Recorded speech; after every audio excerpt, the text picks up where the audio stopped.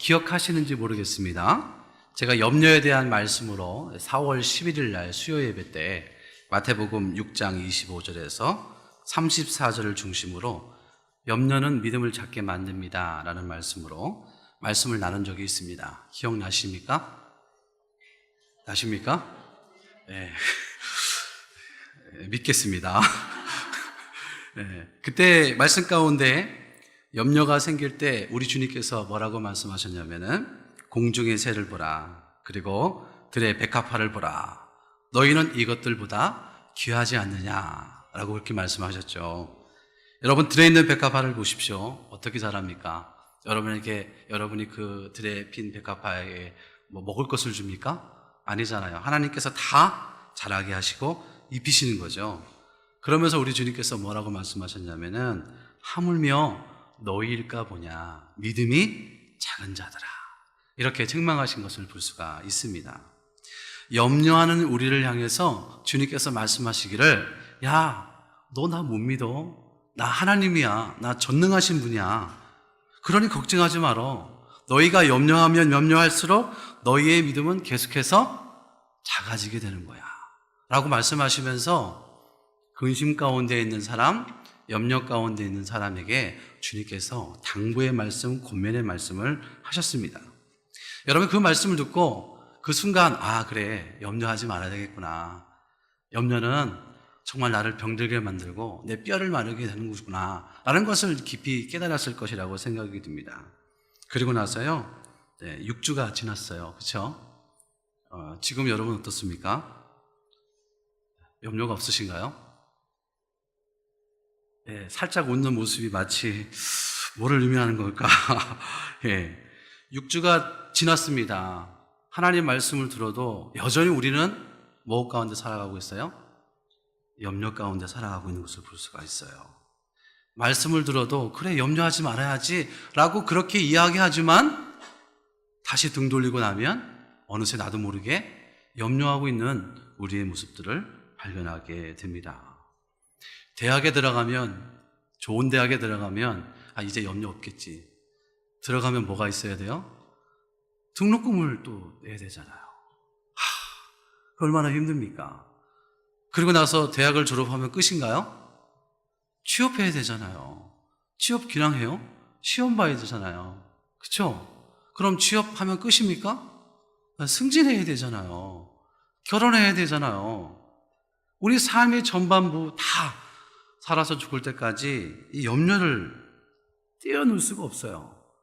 그러니까 염려는 항상 우리가 동행하는 것 같아요. 항상 붙어 다니는 것 같아요. 어떻게 하면 이 염려를 떼어놓을 수 있을까?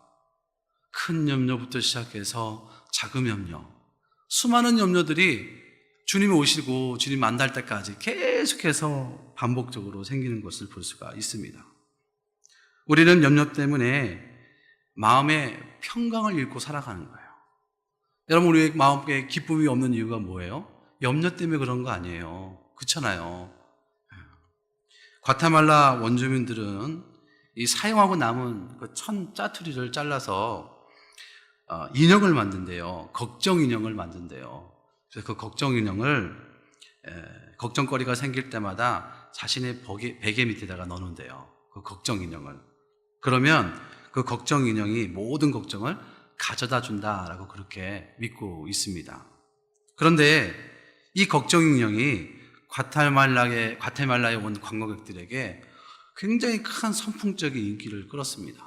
그래서 사람들이 올 때마다 그 걱정 인형을 사가는 거예요. 특히 관심을 끄는 사실이 뭐냐면은 어린아이들도 이 걱정 인형을 효능을 믿고 사간다라는 거예요.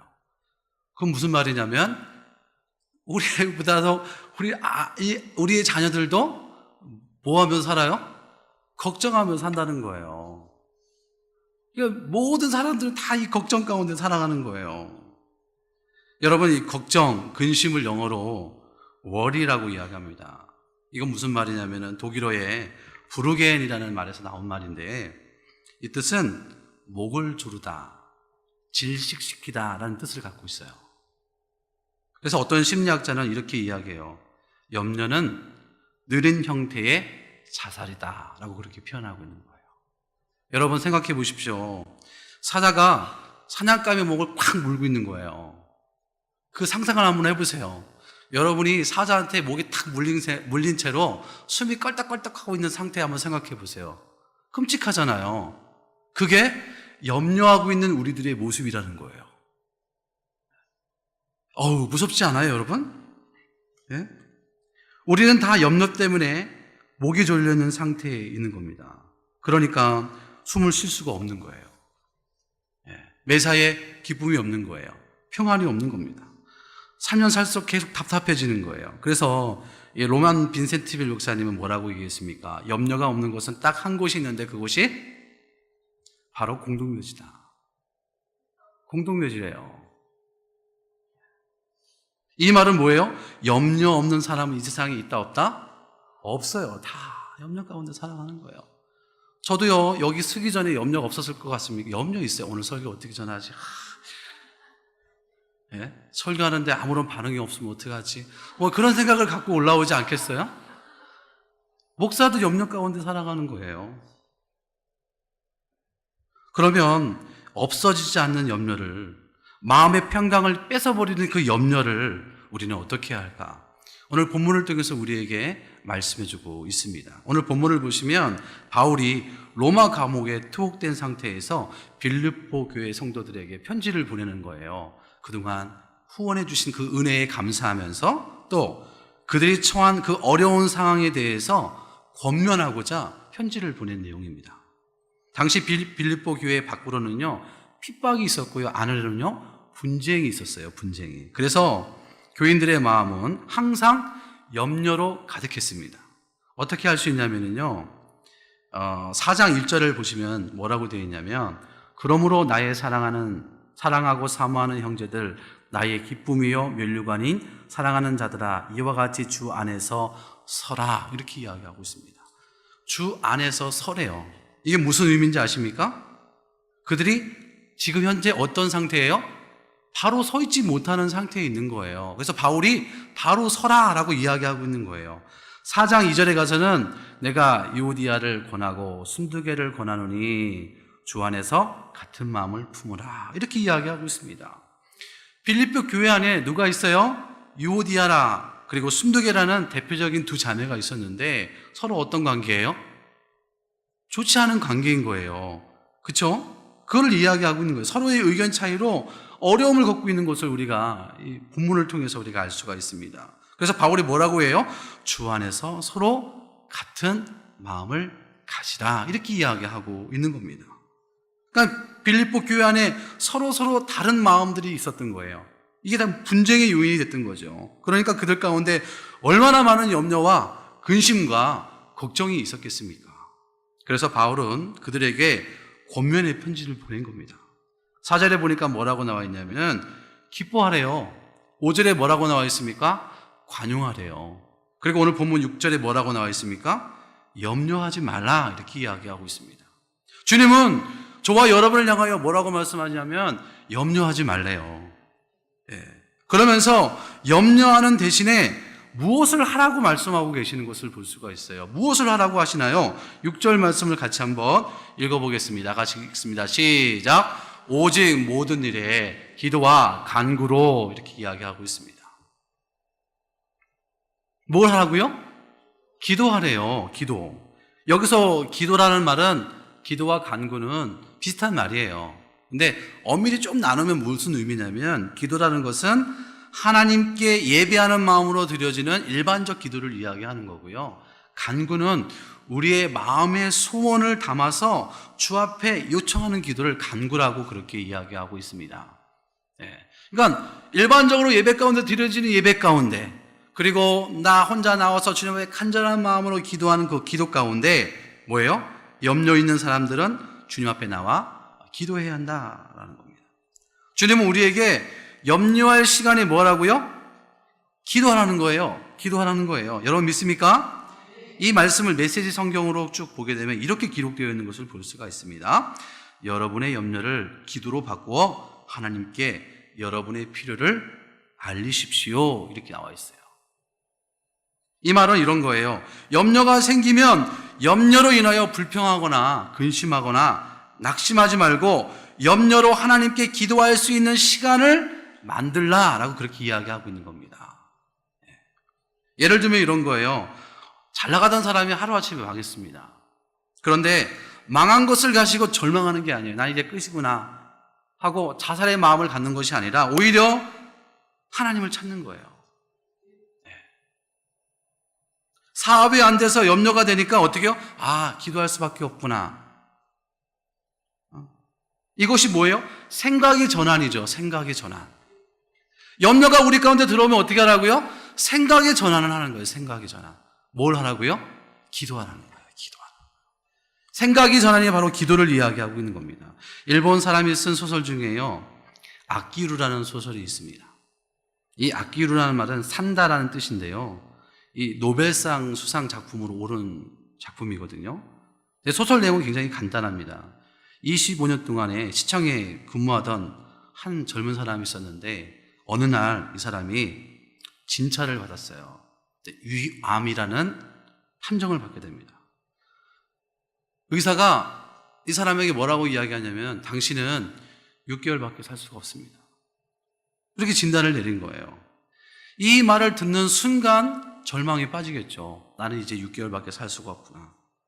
모든 것이 다 귀찮아진 거예요. 직장에 가기도 싫고 또 맛있는 것도 먹어도 전혀 맛있는 걸 못 느꼈어요.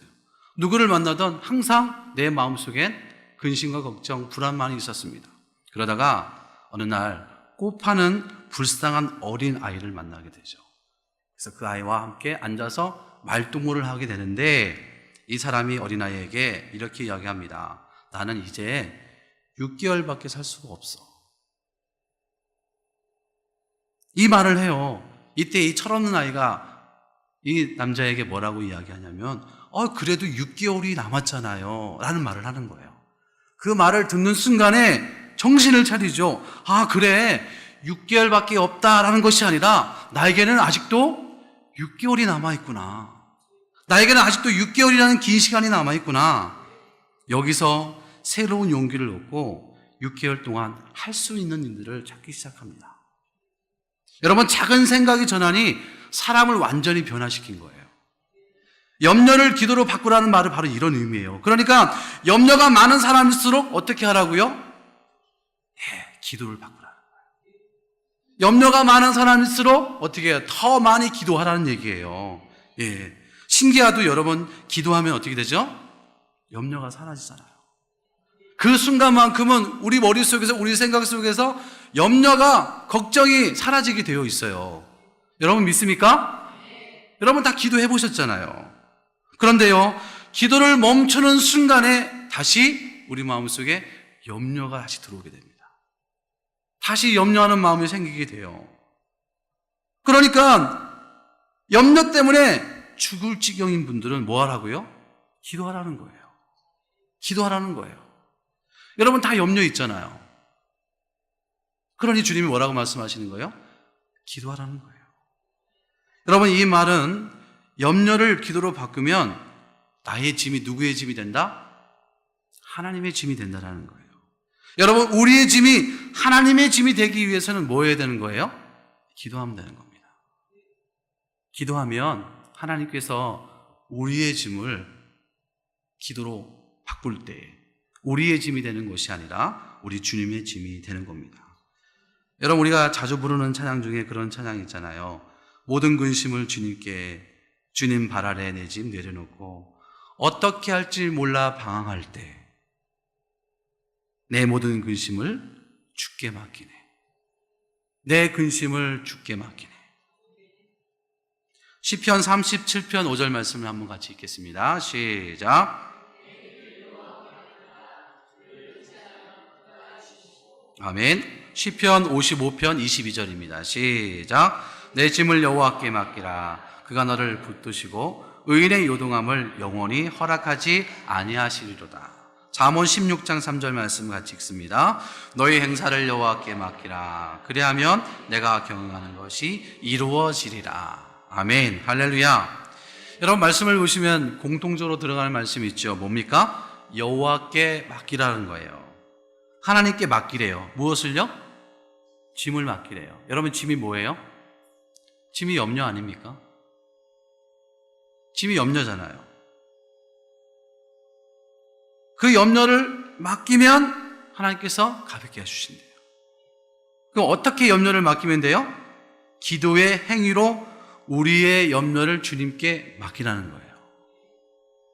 날마다 쌓여져가는 우리의 염려를 기도하지 않으면 어떻게 되는 거예요? 계속 쌓이게 되는 거예요. 여러분 인생 가운데 계속 염려가 쌓이는 거예요. 그 쌓이는 염려를 계속 놔두면 어떻게 되겠어요? 결국은 우울증이 오는 거예요. 결국은 자살을 시도하게 되는 거예요. 주님께서 우리에게 방법을 알려주셨잖아요. 뭘 하라고요? 기도하래요. 염려를 기도로 바꾸래요. 그래서 기도가 무엇이냐라고 물으면 기도는 염려를 맡기는 행위입니다. 여러분, 기도함으로 말미암아 염려를 주님 앞에 맡길 수 있기를 주의 이름으로 축원합니다. 여러분, 우리가 기도하고 나면 어때요? 기도하고 나면 막 마음이 편하잖아요. 가볍잖아요. 막 날아갈 것 같지 않습니까? 마음의 평안이 찾아와요. 기쁨이 찾아옵니다. 나도 모르는 사이에 염려가 사라지게 되거든요. 만약에 여러분이 기도하고도 마음에 계속 무거움이 있다면 뭐예요? 아직도 내 마음속에 염려가 남아있다는 얘기거든요. 이것은 온전히 염려를 주 앞에 맡기지 못한 겁니다. 어쩌면은 하나님께 맡겼는데 다시 찾아온 걸 수도 있어요. 아니면 아예 처음부터 나의 염려를 하나님께 맡기지 못할 때도 있어요. 그것은 문제를 해결하는 하나님이라는 사실 우리가 완전히 100% 신뢰하지 못하기 때문에 그런 겁니다. 그래서 나오는 결과예요. 제가 청년 때요, 한 번은 동네 이발소에 머리를 깎은 적이 있습니다. 지금은 대부분 다 이발소 안 가고 미장원 가시잖아요. 그렇죠? 이발소가 있긴 있나요? 요즘에는요? 저희 때는 이발소가 있었어요. 머리를 이제 깎으러 갔는데 머리를 다 깎고 나서 이발소 아저씨가 하얀 거품을 가져오시더라고요. 거품을 막 가져오셔서 제 얼굴을 탁 바르더니만 아주 그냥 시퍼런 면도날 가죽띠를 딱 꺼내더니만 쑥쑥쑥 문질러요. 네. 무섭죠? 쑥쑥쑥 문지르는 거예요. 그래서 제가 청년 때라도 수염이 많이 났습니다.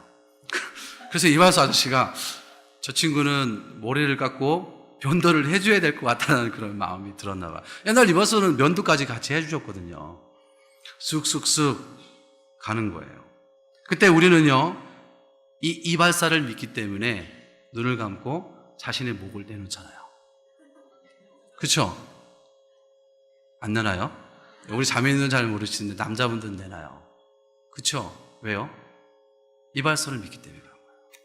아무리 날카로운 칼을 갖고 있다 할지라도 이 사람이 나를 죽이지 않을 걸 알고 있기 때문에 내놓잖아요. 우리는 은행을 믿기 때문에 은행에다 돈을 맡깁니다. 그렇죠? 우리는 택시 운전기사를 믿기 때문에 자신의 몸을 택시 운전기사한테 맡기잖아요. 그런데 정작 우리는 하나님 앞에 맡긴다고 하면서 실질적으로 보면 맡기는 게 없어요. 그러고 보면은 뭐예요? 하나님이 이발사보다 못한 것 같아요. 하나님이 은행보다 더 못한 것 같아요. 생각이 들지 않아요? 하나님이 운전기사보다 못하다는 생각이 들지 않아요? 아, 내가 그만큼 하나님을 신뢰하지 못하고 있다는 것을 우리는 발견할 수 있게 됩니다. 여러분, 하나님께 기도로 맡길 수 있기를 주의 이름으로 축원합니다. 맡기는 게 하나님을 신뢰하는 거예요. 그러므로 염려를 하나님께 맡기는 사람은 기도하는 사람이고 또 기도를 통해 인생의 짐을 맡기고 행사를 맡기게 되는 겁니다. 그래서 본문에 염려를 기도와 간구로 하나님께 맡기라 라고 그렇게 말씀하신 거예요. 사랑하는 여러분, 염려를 기도로 바꾸어 하나님께 맡길 수 있는 저와 여러분 될 수 있기를 주님의 이름으로 축원합니다. 두 번째는 6절 말씀인데요. 같이 한번 읽어보겠습니다. 시작. 너희 구할 것을 감사함으로 하나님께 아뢰라. 아멘. 염려를 감사로 바꾸래요. 예.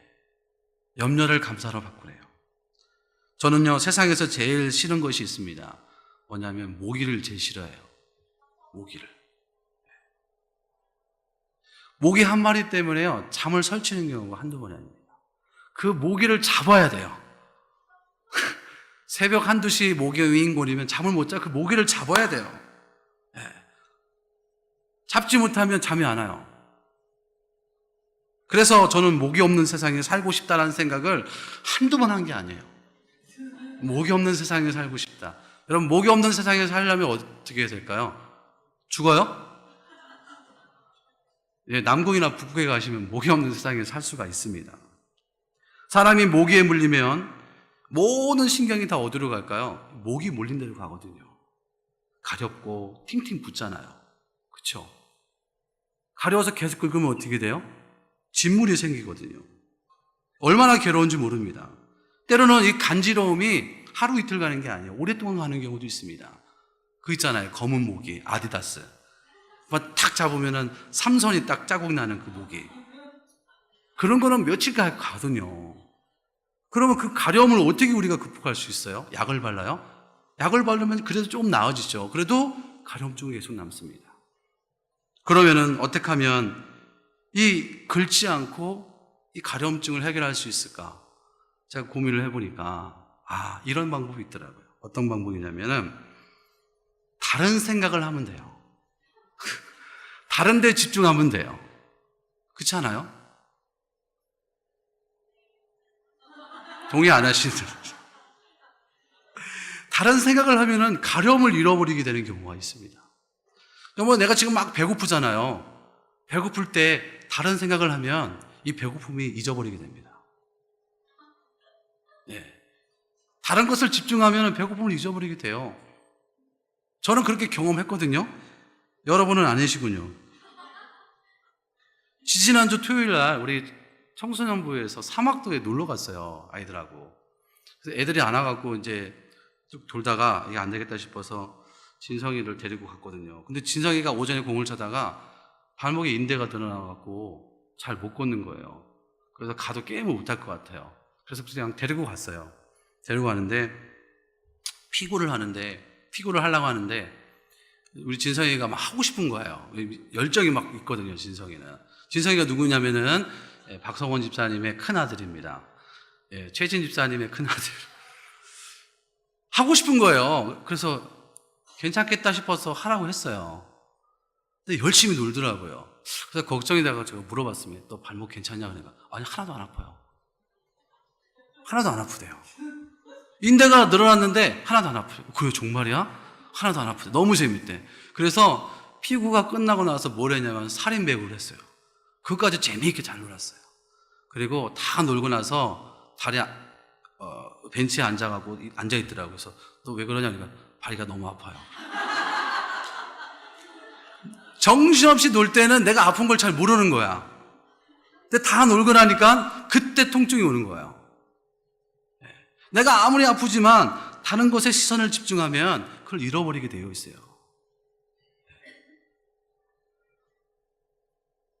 그런데 그 주일날 아침에 기부스를 하고 왔네. 여러분, 마귀가 주는 생각은요, 자신의 죄를 자꾸 생각나게 합니다. 끄집어냅니다. 그래서 자신을 정죄하게 만들어요. 너는 죄인이야. 너 오늘 죄 졌잖아. 하나님이 용서해 줄 것 같아? 스스로 자신을 막 올무에 몰아넣어서 죄 짓게 만들어요. 자꾸 죄인이라는 생각을 집어넣거든요. 근데 하나님이 주신 은혜는 뭔지 아십니까? 감사예요. 여러분 믿습니까? 나 같은 죄인 살리신 주 은혜에 놀라와. 여러분, 감사하면 생각이 바뀌게 되어 있는 거예요. 염려할 때 감사라는 거예요. 그래서 염려가 들어올 때 뭐라고요? 감사하게 되면 염려가 어느 순간에 사라지게 되어 있습니다. 여러분, 감사에도 수준이 있죠. 1차적인 감사를 어떤 감사입니까? 조건부 감사잖아요. 만약에 잘 되면, 사업이 잘 되고 내 자녀가 학교에 들어가고 내 자녀가 어디에 합격하면 내가 하나님 열심히 하겠습니다. 그런 경우 많이 보잖아요. 지금은 마음의 여유가 없어요. 내가 이거부터 해놔야 돼요. 그런 마음 들잖아요. 그리고 붙으면 제가 하겠습니다. 그때 주님이 뭐라면 하실까요? 어리석은 자요. 내가 오늘 네 생명을 취하면 어떻게 되겠냐? 네? 주님의 음성을 들을 수 있는 지혜로운 자가 되기를 주의로 축복합니다. 아무도 몰라요. 아무도 몰라요. 네. 조건부 감사가 있습니다. 이거는 어린애 같은 사람의 모습이죠. 두 번째 2차원적인 감사는 뭐예요? 네? 내가 무엇인가를 받았기 때문에 하나님께 감사하는 거죠. 보편적인 감사 아니겠습니까? 저와 여러분들이 이렇게 하잖아요. 하나님 주셨으니까 너무나 감사합니다. 그렇죠? 사업이 잘 되게 해주셔서 감사합니다. 우리 자녀가 잘 되게 해주셔서 감사합니다. 이렇게 하나님 앞에 감사하잖아요. 그렇죠? 이런 감사를 2차원적인 감사라고 이야기합니다. 보편적이죠. 우리 모두가 하는 감사의 하나의 모습입니다. 그런데 이 3차원적인 감사가 무엇인지 아십니까? 여러분 다 알고 계시죠? 무슨 감사예요? 그렇죠. 그리 아니하실지라도 그럼에도 불구하고 감사합니다. 성경 우리에게 염려가 있을 때 염려 가운데 있다 할지라도 그럼에도 불구하고 뭐라고 하시는 거예요? 하나님 앞에 감사라는 거예요. 그 대표적인 인물이 누구예요? 하박국 선지자 아니에요? 하박국 선지자. 같이 말씀 한번 읽어보겠습니다. 하박국 3장 16절에서 18절 말씀입니다. 시작. 내가 들었으므로 내 창자가 흔들렸고 그 목소리로 말미암아 내 입술이 떨렸도다. 무리가 우리를 치러 올라오는 환난 날에를 내가 기다림으로 썩이는 것이 내 뼈에 들어왔으며 내 몸은 내 처소에서 떨리는도다. 비록 무화과나무가 무성하지 못하며 포도나무에 열매가 없으며 감람나무에 소출이 없으며 밭에 먹을 것이 없으며 우리의 양이 없으며 외양간에 소가 없을지라도 나는 여호와로 말미암아 즐거워하며 나의 구원의 하나님으로 말미암아 기뻐하리로다. 할렐루야. 이게 뭐예요? 그럼에도 불구하고 감사해요. 그리 아니하실지라도의 감사합니다. 우리나라에 복음이 처음 들어왔을 때 미국 선교사회에서 교회가 세워지고 있을 때 있었던 일인데요. 어느 교회에 있었던 일입니다. 교인 중에 3대 독자가 갑자기 죽은 거예요. 이 교회에서 신방을 하던 한 집사님이 슬픔이 잠겨 부모와 친척들 앞에서 이렇게 기도합니다. 하나님 감사합니다. 하나님 감사합니다. 반응이 늦군요. 3대 독자가 죽었는데 하나님 감사합니다. 그 부모들이 다 그거 들었지 않겠습니까? 아이고, 얼마나 큰 이 결례입니까? 그러니까 화가 나갖고, 아니 무슨 기도를 그렇게 하시냐고. 그러니까 그때 그 집사님이 감사할 이유에 대해서 이야기를 합니다. 첫째는 이 죽은 아이가 예수 믿고 천당 갔으니 감사한 것이고, 둘째는 자라나서 죄를 많이 짓지 않고 죽었으니 감사한 일이고, 셋째는 불쌍하게 살다가 죽은 사람들도 많은데 부잣집에 태어나서 호강하며 살다 죽었으니 감사할 일이다 라는 거예요. 여러분, 이 말을 들은 그 부모가 얼마나 큰 위로를 받았겠습니까? 범사에 드리는 감사는 고난 중에도 염려 가운데 드리는 이 감사의 고백이 얼마나 위대한 신앙의 모습인지 몰라요. 여러분, 이 신앙의 모습을 우리가 닮을 수 있기를 주의 이름으로 축원합니다. 여러분들은 그러면 이 세 부류의 감사의 사람들 가운데 어떤 부류에 속해 있다고 생각이 드십니까? 여러분 모두가 그럼에도 불구하고의 감사의 사람들이 될 수 있기를 축원합니다. 하나님보다 염려를 크게 보는 사람은요, 하나님이 보이지가 않아요. 염려에 하나님이 가려있기 때문에 하나님을 볼 수가 없는 거예요. 그러나 염려보다 하나님을 크게 보는 사람은요, 염려가 안 보여요. 하나님이 크시기 때문에. 염려보다 하나님을 크게 보는 방법이 뭐예요? 감사예요. 염려가 있을 때 감사함으로 하나님께 아뢰는 우리 모두가 될 수 있기를 바랍니다. 골로새서 4장 2절 말씀을 같이 읽어볼게요. 시작. 기도를 계속하고 기도에 감사함으로 깨어있으라. 할렐루야. 할렐루야. 여러분 기도하며 쉬지 않고 기도할 수 있기를 바랍니다. 기도하며 하나님 앞에 감사로 나아갈 수 있기를 바랍니다. 그러면 저와 여러분이 염려가 있을 때 염려를 기도로 바꾸고 감사함으로 아뢰면 하나님이 주신 은혜가 무엇일까라는 겁니다. 다 같이 7절 말씀을 같이 읽어보겠습니다. 시작.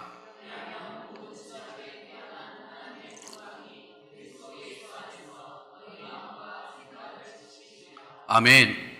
이 7절 말씀을 보시면은요, 바울은 간구하며 기도했던 것들을 응답해 주신다, 뭐 그런 얘기가 없어요. 여러분, 우리가 기도하며 받는 복이 뭐예요? 기도의 응답이잖아요. 그렇죠? 그 기도하니까 우리가 뭐 어떤 복을 받을 것이다, 이렇게 이야기하지 않고 그냥 단지 하나님의 평강이 그리스도 안에서 너희 마음과 생각을 지키신다, 이렇게 말씀하고 있어요. 이 말씀은 염려를 기도로 바꾸어 감사함으로 아뢰면 그 염려를 하나님이 뭘로 바꿔주시냐면은 평강으로 바꿔주신다는 거예요. 평강. 사실 오늘 말씀의 가장 중요한 키포인트는 뭔지 아십니까? 염려, 기도, 감사, 그게 아니에요. 뭐냐면은요, 하나님이 주시는 평강이에요. 하나님이 주시는. 왜요? 왜 우리가 평강이 없습니까? 염려 때문에 그런 거 아니에요. 우리에게 지금 가장 필요한 것이 뭐냐면 염려로 사라져버린 그 평강을 회복하는 거였기 때문에 그런 거예요. 우리가 처음 예수님을 믿을 때 마음이 어땠어요? 예수님을 믿는 순간에 우리에게 감격이 너무나 마음이 평안해, 너무나 마음이 기뻐, 그러잖아요. 그렇게 고백하잖아요. 예? 그런데 그게 일주일을 못 넘잖아요. 왜 그럽니까? 그 근심과 염려가 그 평강의 길을 가로막는 거예요. 우리가 기도하면 기도의 응답이 무엇으로 오냐요, 여러분? 저는요, 마음의 평강으로 와요. 저의 아내도 마음의 평강으로 와요. 내가 너 기도 들었다, 내가 응답해 줄 거다, 이렇게 얘기 안 하시고 그냥 기도하면 하나님의 마음의 평강을 주세요. 그래서 걱정은 근심이 떠나가요. 그런데 어느 순간부터 마음의 평강이 사라져 버려요. 왜요? 염려가 들어오기 때문에, 근심이 들어오기 때문에. 여러분, 기도의 응답은 어떤 응답보다 그리스도 안에서 오는 마음의 평강이 가장 큰 응답이라는 사실을 믿을 수 있기를 주의 이름으로 축원합니다. 여러분, 기도했으면 기도의 응답이 궁금하잖아요. 하나님 언제 기도해 주시고 응답해 주실 거예요? 그렇잖아요. 기다리고 기다리시잖아요. 그렇지 않습니까? 마음의 평강이 오면 그것이 기도의 응답이라고 믿을 수 있기를 주의 이름으로 축복합니다. 왜냐하면 주님은 우리에게 기도를 했을 때 기도에 응답하시기 전에 첫 번째 주는 은혜가 뭐냐면 평강이기 때문에 그런 거예요. 그 기도 제목이 1년 뒤, 5년 뒤, 10년 뒤 이루어질지 안 이루어질지는 몰라요. 그러나 분명한 것은 뭐냐면 기도할 때 마음에 평강을 주십니다. 그때 깨어있는 사람은 하나님이 기도에 응답해 주셨구나. 근데 그 기도의 응답이 이루어질 때는 우리도 모르는 거예요. 그건 하나님의 주권이 달려있기 때문에 그런 겁니다. 분명한 것은 하나님 우리에게 마음속에 평강을 주시면서 그 기도의 응답을 확신할 있게 한다는 것이죠. 그러므로 여러분, 우리가 주님 앞에 나와 염려가 있을 때 염려를 기도로 바꾸고 그리고 감사함으로 아뢰면 하나님께서 여러분 마음 가운데 평강의 평강을 더할 줄 믿습니다. 그럴 때 하나님의 여러분의 마음을 지켜주시는 거예요. 그런 복을 누릴 수 있는 우리 모든 성도가 될 수 있기를 주님의 이름으로 축원합니다. 마지막으로 여러분, 디테디우스라는 말을 혹시 기억하십니까? 제가 4월 11일 날 설교하는 마지막 부분에 이야기를 했던 것 같습니다. 디테디우스. 1세기 때에 그리스도인들 이름 앞에 붙여졌던 별칭입니다. 예를 들면 우리 홍광일 집사님 있지만 디테디우스 홍광일,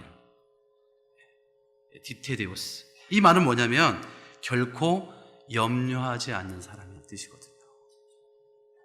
그래서 1세기 때 그리스도인들을 지칭할 때 디테데우스 누구누구 이렇게 이야기했거든요. 여러분들이 디테디우스 누구누구 이런 별칭이 여러분 가운데 붙여질 수 있기를 바랍니다. 할렐루야. 그래서 환난이나 위협이나 죽음의 공포 앞에서 결코 염려하지 않는 사람, 디테디우스. 그 디테디우스, 저와 여러분들이 디테디우스의 별칭을 가짐으로 항상 그리스도 안에서 그 평강을 누릴 수 있는 저와 여러분 될 수 있기를 다시 한번 주님의 이름으로 축복합니다.